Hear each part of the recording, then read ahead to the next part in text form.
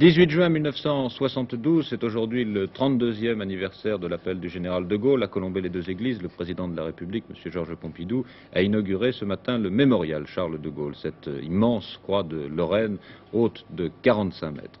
Inauguration en présence de la famille, en présence également des proches du général et d'un public nombreux, vous allez le voir, qui était venu se recueillir.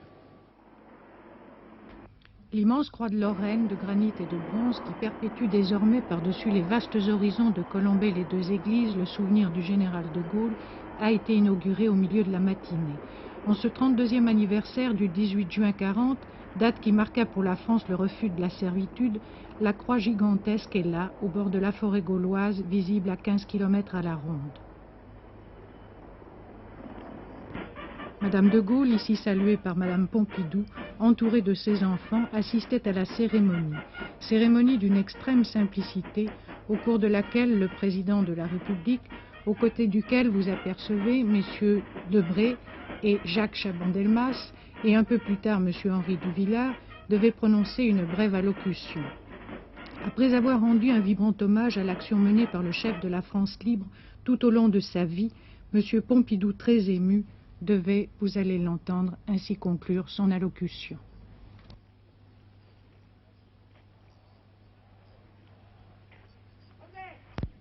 Mais la mort, mon général, vous le savez, la mort est un commencement. Votre légende commence à peine à prendre son vol, et déjà l'ombre de ses ailes recouvre la France, et vers elle, et vers vous, monte et montera chaque jour davantage la reconnaissance nationale.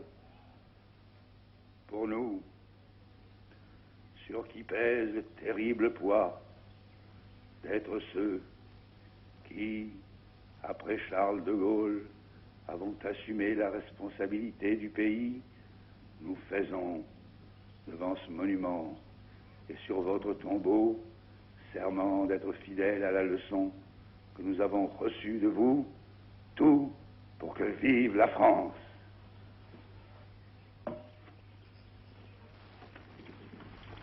Le chef de l'État devait ensuite s'incliner devant Madame de Gaulle, à qui il dit quelques mots, puis saluer successivement le contre-amiral Philippe de Gaulle,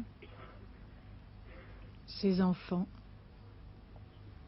son épouse, Monsieur Vendroux, le frère, Madame de Boissieu, le général de Boissieu, à ses côtés Madame Pompidou et Monsieur Duvillard, Monsieur Vendroux, André Malraux, Monsieur Gaston Palevski. Des milliers de pèlerins venus de la France entière et même d'Allemagne se recueilleront aujourd'hui et tout au long des jours devant la croix où les compagnons de la Libération, messieurs Mesmer et Couve de Murville en tête, les auront précédés.